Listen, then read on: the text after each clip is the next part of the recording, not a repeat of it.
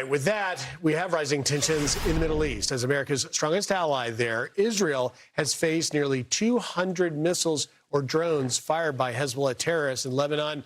All this within 48 hours since the so-called ceasefire began. It comes as a special session on the conflict has now reportedly been added as the first item on the agenda to be discussed at the U.S.-Iran talks in Switzerland as soon as possibly today. But Israel not backing down in its fight to defend itself from terrorists. President Isaac Herzog joins us now from Jerusalem with an update. Good morning, Mr. President. Thank you for being here. Take us into how Good morning to you. Thank you. Take us into how you see the latest in the negotiations. Obviously, the conflict in southern Lebanon is playing an issue, and Prime Minister Netanyahu is saying that he will not back down from Hezbollah attacks. So first of all, you know, we definitely don't object to a diplomatic outcome of the war, but we are raising concerns which are legitimate, and we're speaking about them. For example, take into account the issue of Lebanon. Lebanon, actually on Tuesday, Israel and Lebanon will resume another round of talks in Washington in order to reach a peace agreement. But a peace agreement between Israel and Lebanon cannot be reached if Iran has so much leverage and they're trying to squeeze themselves into this conflict in Lebanon through terror, through a terror-recognized organization which is called Hezbollah and which is their long proxy. So Iran should not be involved at all in the crisis in Lebanon because they're kind of getting through it through the MOU. The world has to stand up to them. The United States, I'm sure, is talking about it, and it has to be made clear that Iran cannot be involved in Lebanon because otherwise they're weakening the leadership of Lebanon, which wants to make peace with us, and we want to make peace with them.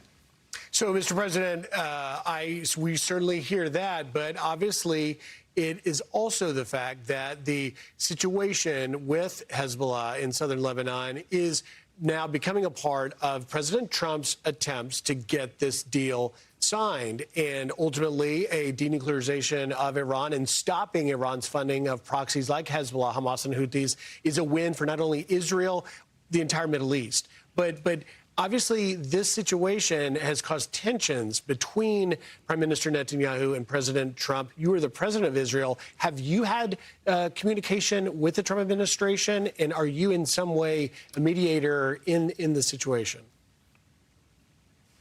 So I'll say, first of all, you know, as head of state, I don't have executive powers, but I definitely have very strong and warm relations also with the U.S. administration. I think, actually, that there is a very good rapport and dialogue between Israel and the United States in all levels.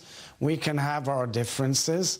I think that raising legitimate concerns is very legitimate because we, Israel, are at the front line of this war. We have been the ones being bombarded by Iranian missiles, by their proxies. We are the ones who are protecting the West, the free world, Europe, by us being at the front line.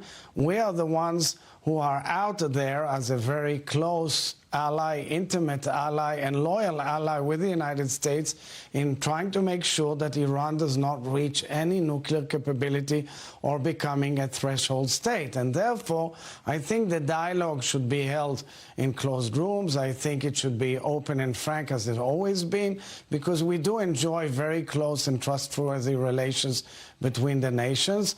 We drink from the same fountains of the Bible and the origins of our civilizations. Therefore, we know exactly who threatens us and who wants, by a jihadi war all over the world, to annihilate not only the small Satan, which is called by them Israel, but the big Satan, which is called by them the United States.